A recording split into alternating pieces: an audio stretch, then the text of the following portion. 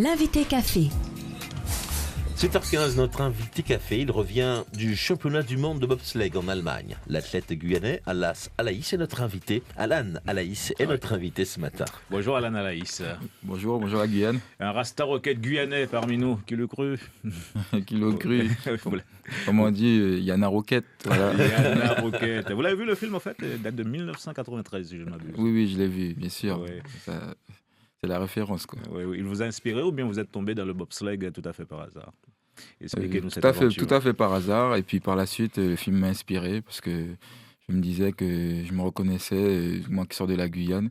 Donc je vois que c'est un peu la même histoire qui se reproduit pour moi. Et donc voilà, ça m'a inspiré et ça m'a donné envie d'aller loin, d'essayer ce sport. Comment passe-t-on de l'athlétisme, du handball au bobsleigh? Cette aventure a commencé comment pour vous? Cette aventure a commencé comment? Moi, j'ai toujours été un multi-activité, donc j'ai toujours fait de l'athlétisme, et même dans l'athlétisme, j'ai fait plusieurs disciplines.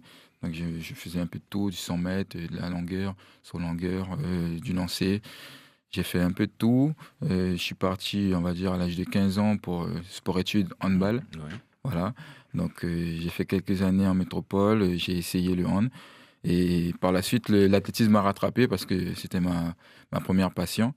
Donc, en métropole, j'ai signé dans un club, c'était le Bordeaux Athlé à l'époque. Là, c'est là que j'ai commencé mes premières compétitions vraiment plus haut niveau, championnat de France et tout. Et puis, un jour, j'ai dit non, je décide de rentrer en Guyane. Et je suis rentré en Guyane, j'ai re-signé en Guyane au club de Roucou.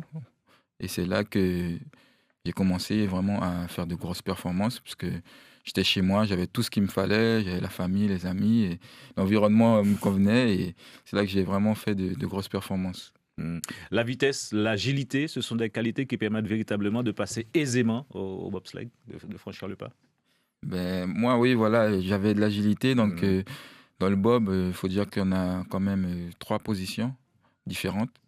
Et je suis le seul dans l'équipe qui a réussi à faire les 3 positions. C'est-à-dire qu'on a un latéral gauche, latéral droit et break. Donc moi, j'arrivais à m'adapter. Un embarquement pied gauche, embarquement pied droit, à l'arrière, j'arrivais à faire toutes les positions. Donc voilà, j'étais joker de l'équipe. Et cette saison, couteau suisse. Couteau suisse de l'équipe. Passe partout.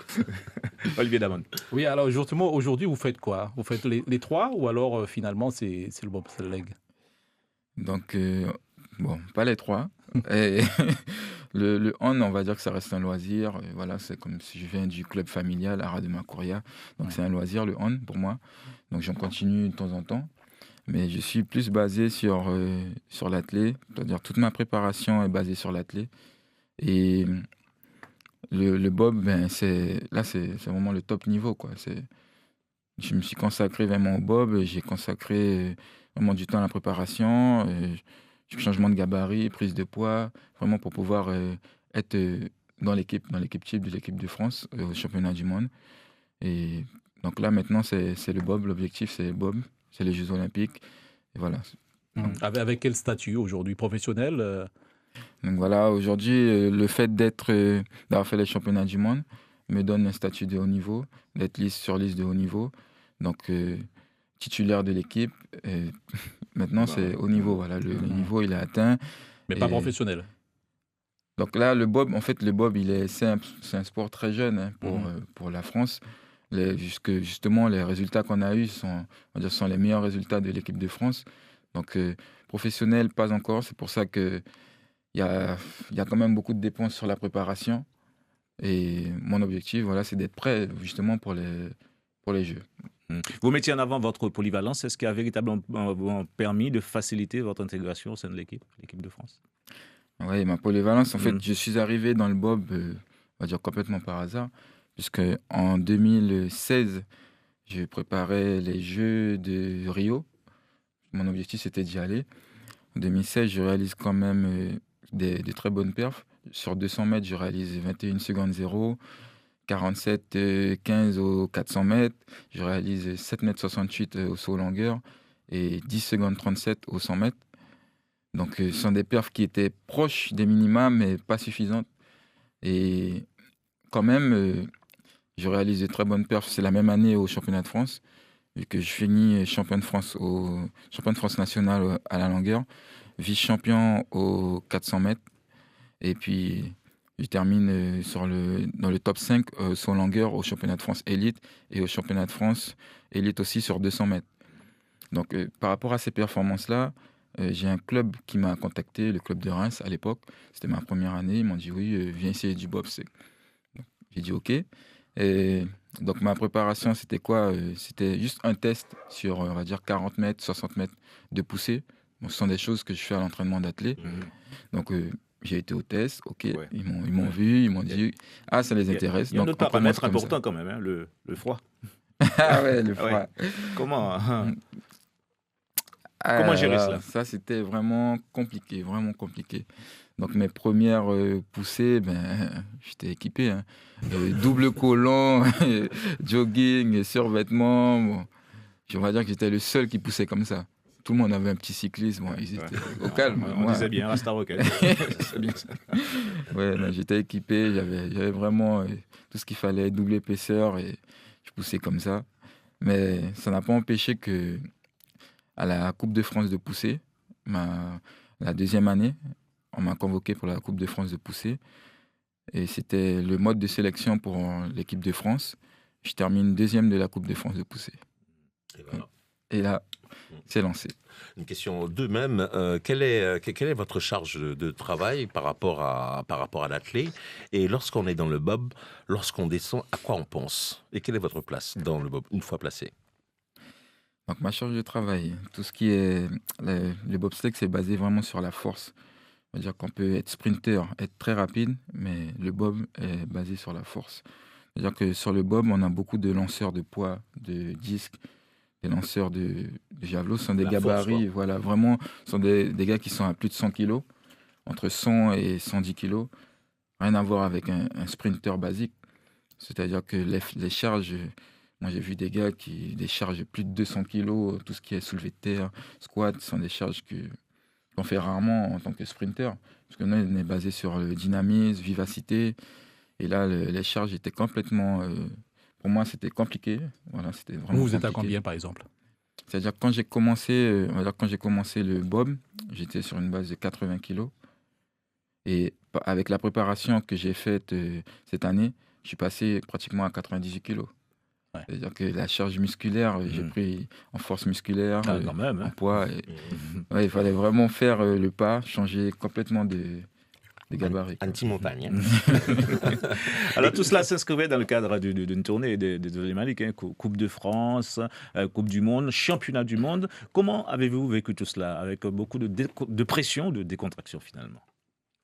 Dans quel état d'esprit étiez-vous?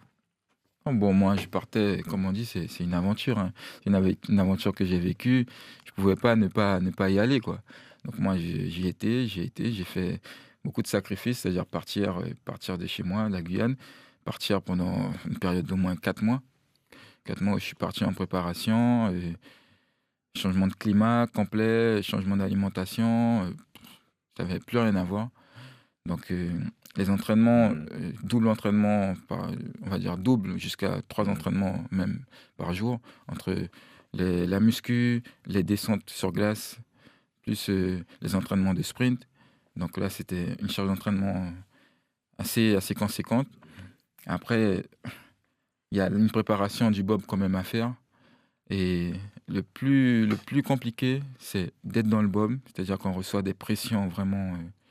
la pression est là quand même. Hein. Ouais. Comme la montagne, c'est un manège, mais vraiment qui t'écrase. C'est-à-dire, la première fois que je suis monté dans un bob, j'ai dit, je ne monte plus jamais. Plus jamais. C'était machine à laver, c'est un truc, tu descends du bob, tu es complètement écrasé. Tu es lessivé. Tu te dis, c'est pas possible qu'un être humain arrive à là. Et puis, avec. Et après, c'est comme une chute de vélo, quoi. On reprend, on oublie vite. On remonte, on s'habitue. Il faut dire même que moi, mes 2 premières descentes, 2 chutes, c'est quand même en chute. Et pour moi, c'est quand même un accident de moto, quoi.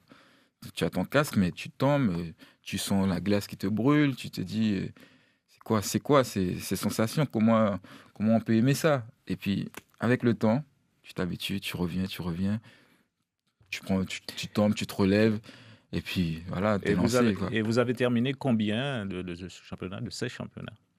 Donc alors, on a fait, tout d'abord, on a fait les championnats d'Europe. On commence, première compétition, cette année, on fait une médaille d'argent à la Coupe d'Europe. On continue avec les championnats d'Europe. Championnat d'Europe, on termine dans le top 10. C'est une très grosse performance pour l'équipe de France, c'est une très grosse performance.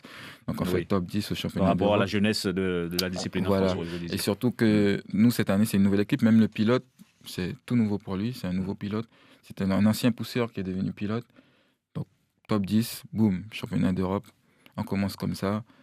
Eh bien, on continue avec Coupe du Monde. Donc Coupe du Monde, top 12. Là encore, ça dépasse les attentes. Et puis là, on termine vraiment avec les championnats du monde où je suis qualifié.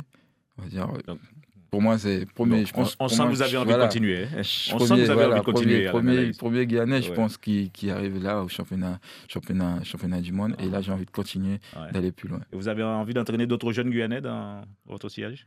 Moi, si je trouve des amis, des Guyanais qui sont motivés pour pousser, je les embarque avec moi. Ça ferait une plus belle équipe et plus de motivation pour aller plus loin, quoi. Ça descend à combien? Donc, à l'embarquement, simplement, c'est-à-dire qu'on a une phase de poussée de 40 mètres à bloc. Donc, on embarque à 60 km/h, on va dire. Et dans la descente, on peut atteindre jusqu'à 150 km/h. Très bien. Donc, ça ne veut pas dire que l'athlétisme et le handball, c'est fini pour autant. Non, je garde ça parce que ça fait partie de ma préparation. Ça me permet d'être complet et non, j'arrête pas. Voilà. Alaïs, merci d'avoir répondu à nos questions ce matin. Merci à vous. L'invité café. Suivez l'info sur Guyana Première, télé, radio et Internet.